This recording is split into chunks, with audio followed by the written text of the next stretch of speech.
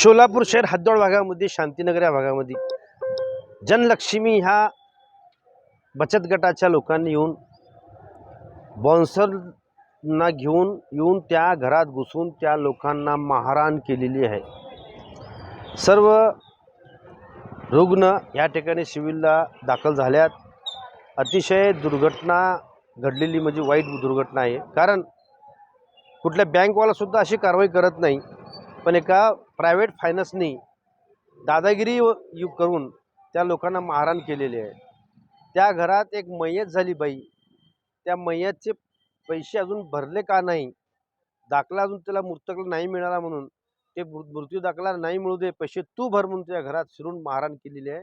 मी वारंवार सांगितलेले आहे त्यांना आपल्या चॅनलच्या माध्यमातून निवेदन देऊन की ही फायनान्सवर तुम्ही कडक कारवाई करा।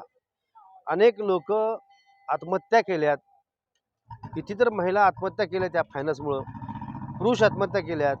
यासाठी ही सखोल चौकशी करून ह्या फायनान्सला कुठं तर आळा घालण्याची गरज आहे, कारण या फायनान्समुळं सोलापुरातल्या अनेक लोकांचा संसार उद्ध्वस्त झालेला आहे। कारण बायकांना माहीत नसतंय, 10-12 बाया मिळून बसून एक कमिटी तयार करतात, मग ते बचत गटाचे लोक येतात, प्रत्येकाला 25,000 50,000 असं कर्ज देतात। पण ते कर्ज घेताना चांगलं वाटतं आहे, दुसरी गोष्ट ह्याचं व्याज बँकेपेक्षा 10 पट जास्त आहे, हे कुणी विचार करत नाही त्याचा।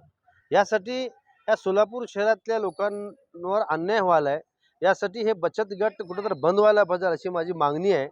आयुक्तांनी सखोल चौकशी करून यांच्यावर कडक कारवाई करावा असं मी विनंती करतो।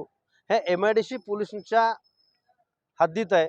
नीलमनगर असू द्या, शांतीनगर असू द्या, नई जिंदगी असू द्या, ह्या बचत गटाचा सुळसुळाट आहे।